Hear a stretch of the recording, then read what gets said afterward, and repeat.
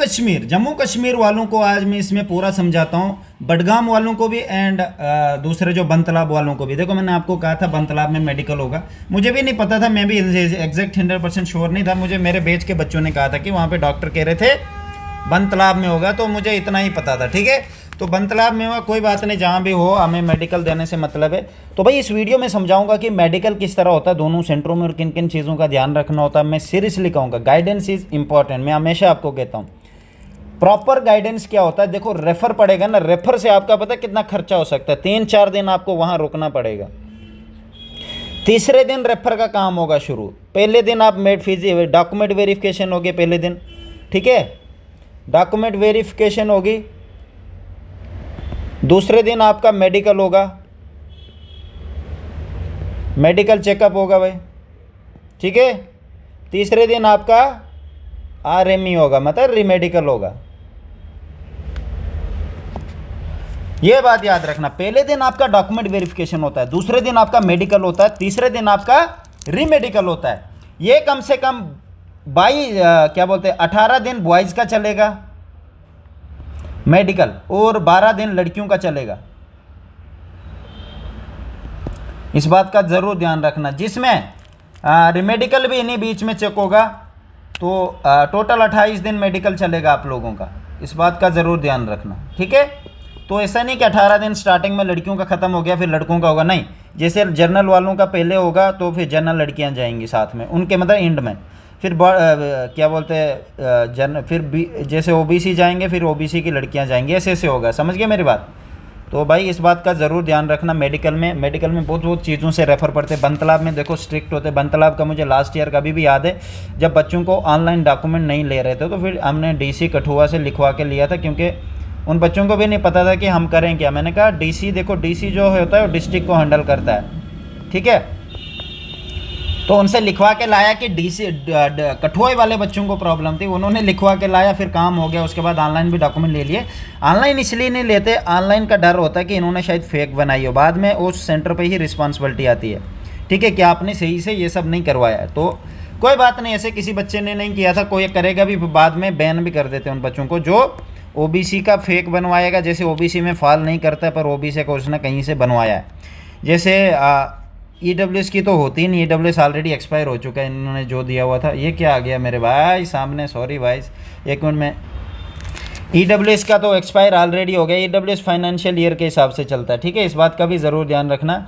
14 अक्टूबर 2024 इसकी रखी हुई, सबके पास होना चाहिए, इससे पहले की कोशिश करना। बाद का भी होगा, एक्सेप्ट कर लेते बहुत जगह। बडगाम में आपको एक्सेप्ट कर लेंगे, अगर बडगाम में आपका पड़ा, उधर आपको कोई भी इसकी क्रूशियल डेट का चक्कर ही नहीं पड़ेगा, पर बनतलाब में पड़ेगा मेरे भाई। बनतलाब में दिक्कत करते हैं इस चीज़ के, ठीक है।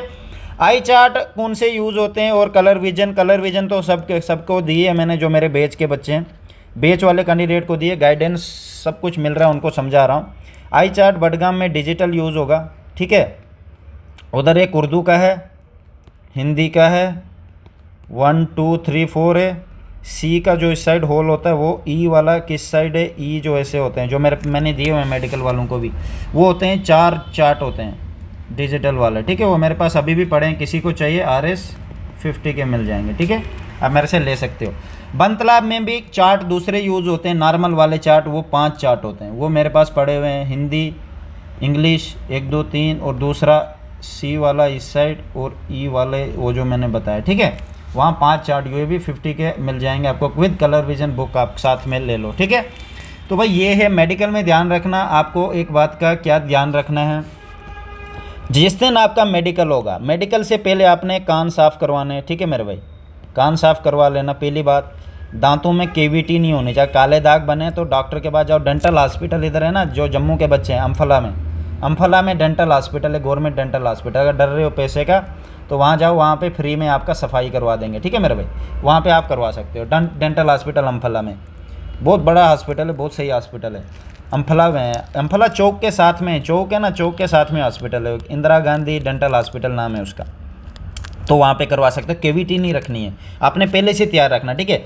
कानों में भी जल्दी जल्दी जाओ, क्योंकि 2 दिन 3 दिन ड्रॉप डालने के लिए देते। अभी सूखा है ना, अभी मतलब गर्मियों में ड्रॉप नहीं डालने देते, क्योंकि उस वक्त पसीना चलता रहता बच्चे को। अभी सर्दियों का वक्त है, पूरी बॉडी सूखी रहती है, तो इस वजह से 2-3 दिन आपको ड्रॉप डालेंगे, उसके बाद कान साफ़ करेंगे। तो तभी मैं कह रहा हूँ जल्दी से जल्दी जाओ, बिल्कुल भी वेट नहीं करने का, ठीक है। पहली बात ये इंपॉर्टेंट बातें बता देता हूँ आप लोगों को। मेडिकल से पहले आप अपने, जिस दिन मेडिकल होगा, मेडिकल के दिन नहा लेना मेरे भाई। बहुत सारे बच्चे सर्दी की वजह से नहीं नहाते। मान लेते अब जो बच्चा बडगाम जाएगा, उधर इतनी सर्दी होनी, वहाँ क्या नहाएगा भाई, उधर तो बिना जैकेट में ठंड लगती है। आज ही ठंड लग रही है भाई, जून जुलाई में मैंने जैकेट लगाया, क्या बात करते हो।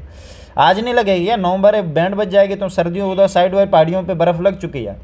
अब वहाँ क्या करोगे, वहाँ देखो मुझे नहीं पता किस तरह नहाना है, क्या करना। सुबह साफ़ सुथरे तरीके से जाना, समझ गए। एक बात याद रखना, क्योंकि अंदर बहुत सारे बच्चों को इस वजह से भी वहाँ से बाहर निकाला था कि आप लोग गंदे तरीके से आ गए। और अपनी बॉडी की पूरी सफाई करके जाना, जितने भी private area, only private area के, वो साफ़ करके चले जाना मेरे भाई, ठीक है। समझदार हो, मैच्योर हो आप लोग, मुझे ये सब बोलने की ज़रूरत नहीं चाहिए। आप लड़की हो लड़के हो, अब इस उम्र के बाद अपने आप की सफाई रखना बहुत ज़रूरी। बचपना था, बचपना चले गया तो कोई बात नहीं। इस बार आपको मौके कितने हैं देख लो मेरे भाई, जम्मू कश्मीर वाले भाई। बहुत सारे बच्चों को टेंशन होती है।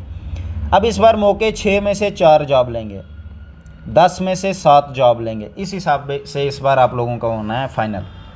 तो मेडिकल में बहुत सारे बच्चों को बाहर निकाला जाएगा। मेडिकल स्ट्रिक्ट होगा, इजी होगा। देखो भाई, स्ट्रिक्ट और इजी वाली बात नहीं होती। अगर किसी बच्चे को कोई परमानेंट चीज़ फंसी हुई है तो डेफिनेटली उसको रिजेक्ट करेंगे नहीं, न किसी तरीके से।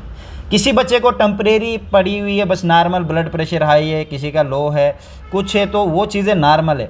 अब ब्लड प्रेशर हाई हो, इसके भी टिप्स होते हैं। बच्चे को पता नहीं चला, डॉक्टर के सामने जाएगा डर के मारे, लास्ट ऑप्शन है, डरेगा तो डॉक्टर के सामने डर के मारे उसको एकदम ब्लड प्रेशर हाई हो जाता है किसी बच्चे का, तो फिर 140 आएगा तो बाहर निकाल देंगे मेरे भाई, ठीक है।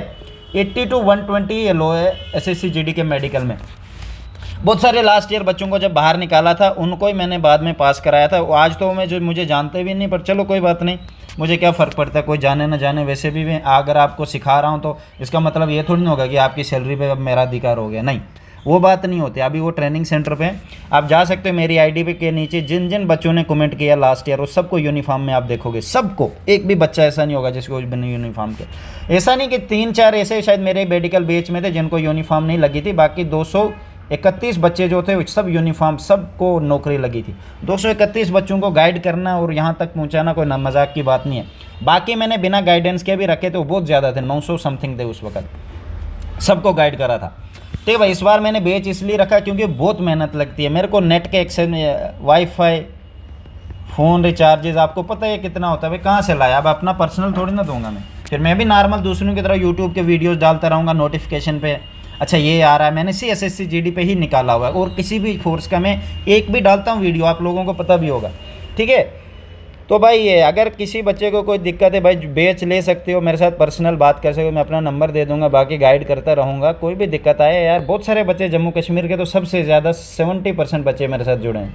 अभी हमारे ग्रुप में बहुत ज़्यादा बच्चे हो गए 70% बच्चे जुड़े हैं जम्मू कश्मीर के। 100 अगर लड़कियों को भी मिला के करें तो ये 78 के आसपास प्लस हो चुके हैं, ठीक है भाई। तो ये चीज़ का ध्यान रखना आप लोगों ने। मेडिकल टफ हो या इजी हो, आपने ये चीज़ें जो पहले है वो तैयार करके चले जाना। जो मैंने कहा, कान साफ़ कराना, प्राइवेट एरिया बॉडी को नहा के जाना, वहाँ पे साफ़ सुथरा। अगर जितना बॉडी को मतलब हेयर कट अच्छे से करके जाओगे, शेव करके, थोड़ा और अच्छा लगता है। डॉक्टर होता है यार, हाँ यार ये गुड लुकिंग है, ये है, बड़ी चीज़ है। देखो भाई, हम जाते थे, हम सीरियसली कहूँगा, मेरे बैच में हम जब 5-6 लड़के जाते थे अंदर मेडिकल देने, मैं हमेशा चालाक हूँ, मैं अपने हिसाब से नहीं चलता। मैंने सोचा मैं डॉक्टर की साइकोलॉजी के हिसाब से चलूँगा, ठीक है। पहले दिन जिस दिन हमारा डॉक्यूमेंट वेरिफिकेशन हो रहा था, दूसरे बच्चों का मेडिकल हो रहा था, तो वहाँ पे मैंने देखा था बहुत बच्चों को बाहर निकाला था कि तुम लोगों ने नहाया नहीं है, ऐसे आ गए हो, गंदे हो, सफाई नहीं की अपनी। तो दूसरे दिन भाई फिर हम अच्छे से तैयार होकर चले गए कि हमें दिक्कत नहीं आनी चाहिए। मेरा सिर्फ 3-4 मिनट मेडिकल हुआ, मैं पूरा फिट एकदम बाहर।